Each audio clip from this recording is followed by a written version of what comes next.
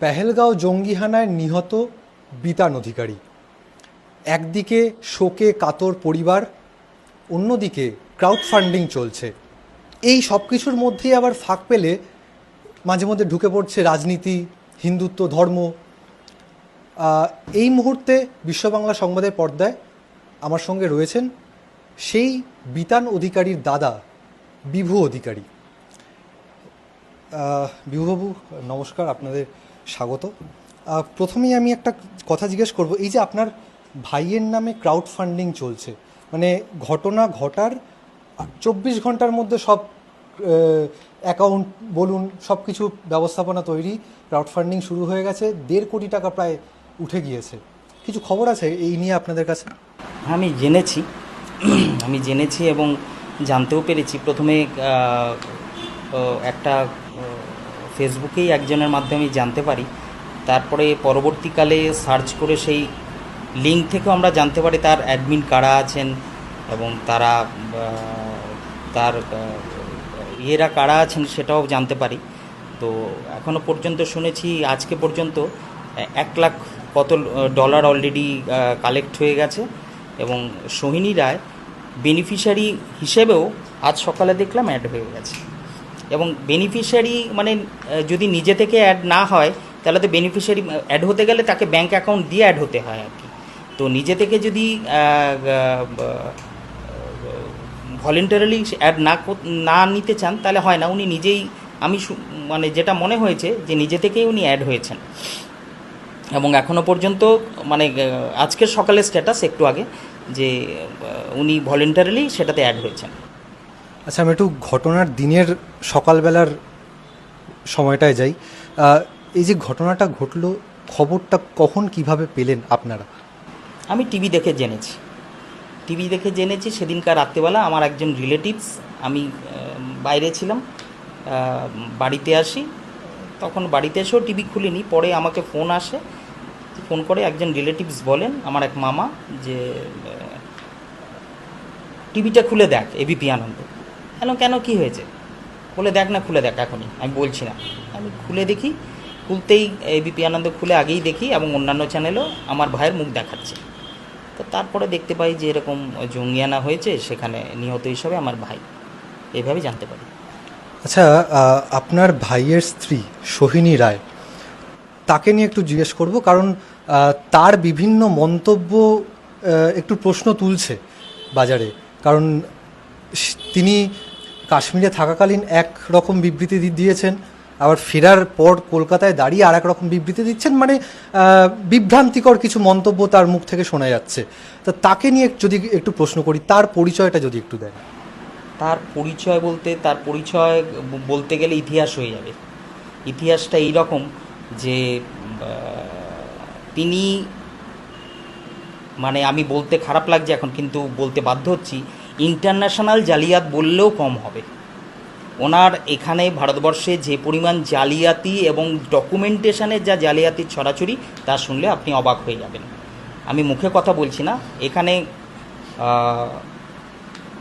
নেতাজিনগর থানায় এবং পরবর্তীকালে কোর্টে, আলিপুর পুলিশ কোর্টে সেই কেস পেন্ডিং। নেতাজিনগর 56/2023 ওনার নামে পেন্ডিং কেস আছে। সেখানে ওনার এবং ওনার মা ভারতী রায় সেই কেসে আসামি।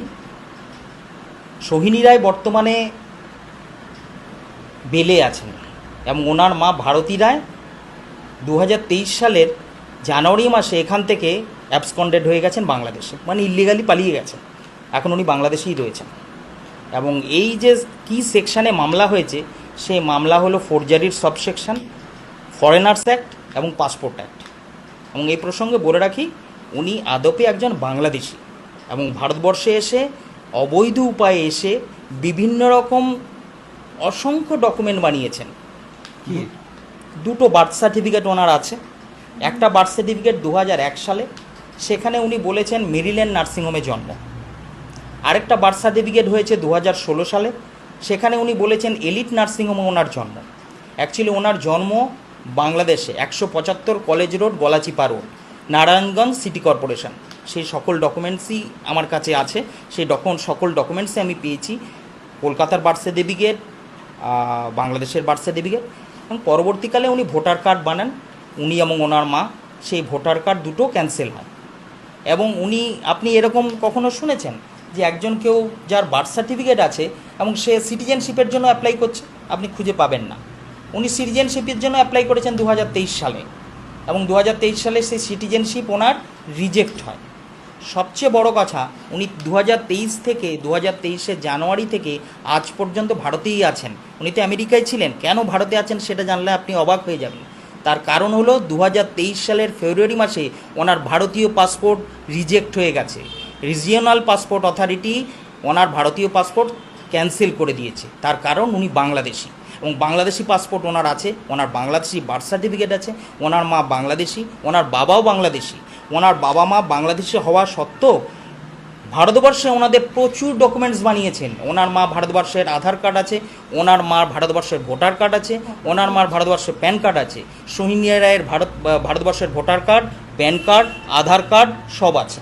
এখানে কোথাও ব্যাংক অ্যাকাউন্টও বানিয়ে রেখেছেন। এবং আইনগতভাবে উনি এখন ভারতীয় নাগরিকই নন। এখন প্রশ্ন উঠতে পারে, উনি যে বিতানকে বিয়ে করেছেন, বিতানকে বিয়ে করার পরেই তো পাসপোর্ট অথরিটি ওনার পাসপোর্ট ক্যান্সেল করে দিয়েছে বাংলাদেশি নাগরিক বলে। উনি তো বাংলাদেশি নাগরিক হিসাবে বিয়ে হয়নি, বিয়ে তো লুকিয়ে করেছেন, ভারতীয় নাগরিক হিসাবে করেছেন, কিন্তু আদপে উনি বাংলাদেশি নাগরিক। এবং বাংলাদেশি নাগরিক সব যত রকম জালি ফোরজারি সব কাজে উনি লিপ্ত। এবং এখানে যিনি যে প্রপার্টিটা আছে 21/2 বৈষ্ণব ঘাটা লেন, এই প্রপার্টিটার মালিক অ্যাকচুয়ালি ভারতী রায়, যিনি ইল্লিগেলি ভারতীয় ভোটার কার্ড বানিয়ে এই প্রপার্টিটা কিনেছেন। পরবর্তীকালে এই প্রপার্টিটা উনি ওনার মেয়েকে গিফট করেন, ডিড অফ গিফট করে। এখন সেই প্রপার্টিটার ইল্লিগাল মালিক, মানে উনি মালিক বলা যায়, মানে ইল্লিগালি মালিক হলেন সোহিনী রায়। আইন অনুসারে এই প্রপার্টি এতদিনে ভারত সরকারের কবজায় চলে যাওয়া উচিত ছিল, কারণ আইন বলছে কোনো বাংলাদেশি নাগরিক ভারতে এসে তার প্রপার্টি বানাতে কিনতে পারে না।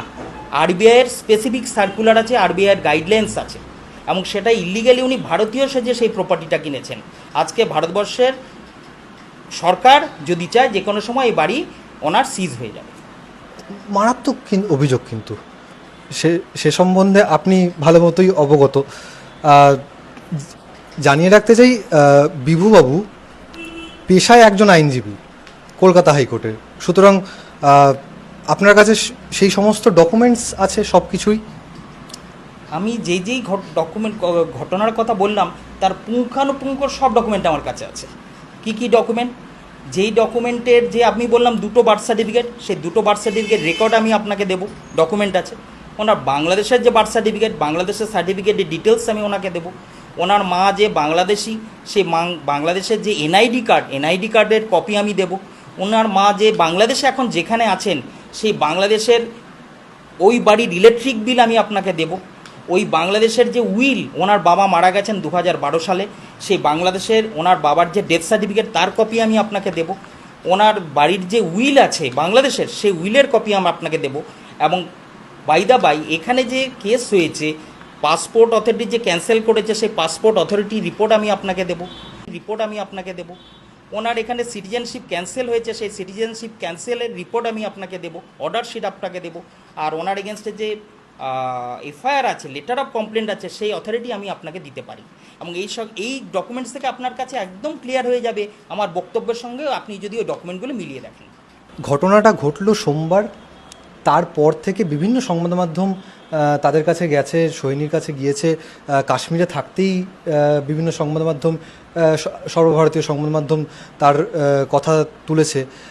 সেখানে একবার কাশ্মীরে থাকতে উনি বলেছেন যে ঘটনার বর্ণনা দেওয়ার সময় যে নির্বিচারে গুলি চালিয়েছে, কোনো ধর্ম দেখেনি, ধর্মের প্রশ্ন তোলেনি। আবার কলকাতায় ফিরে আসার পর তিনি একটা কথা বলছেন, মানে বিশেষ করে বিরোধী দলনেতা, আমাদের রাজ্যের বিরোধী দলনেতা শুভেন্দু অধিকারীর সামনে দাঁড়িয়ে তিনি বারবার করে বলছেন যে আমার সিকিউরিটি দরকার।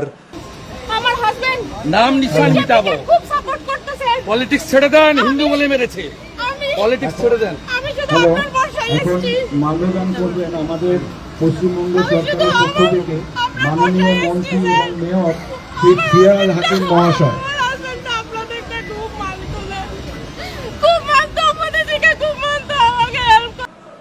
আমার এবং আমার ছেলের সিকিউরিটি দরকার, জোর করে হিন্দু বলেই মেরেছে, এই বিষয়টাকে কীভাবে দেখছেন? অ্যাকচুয়ালি দেখুন, আমি আগেই বললাম যে সোহিনী একদমই ট্রাস্টওয়ার্থি নয়, তার কথা আপনি ট্রাস্ট করতে পারবেন না। তো আমিও দেখেছি প্রথম বাইটে উনি বলেছেন যে হিন্দু মুসলমান ওইভাবে কিছু করেনি। তারপরে আপনি অনেকগুলো বাইট দেখবেন, বিভিন্ন বাইটে বিভিন্ন রকম বলেছে। মানে অ্যাকচুয়ালি দেখুন, এটা তো ঘটনা যে আমার ভাই ওখানে নির্মমভাবে ওকে হত্যা হয়েছে, কিন্তু হত্যার পরিপ্রেক্ষিতে ঘটনাটা কিভাবে ঘটেছিল তার একমাত্র সাক্ষী তো উনি। তো আমার ঘটনা হলো উনি যেটা সত্যি যা ঘটেছে সেটা বলবেন। তো বিভিন্ন সময় বিভিন্ন রকম কথা বলার কোনো তাৎপর্য আমি খুঁজে পাই না।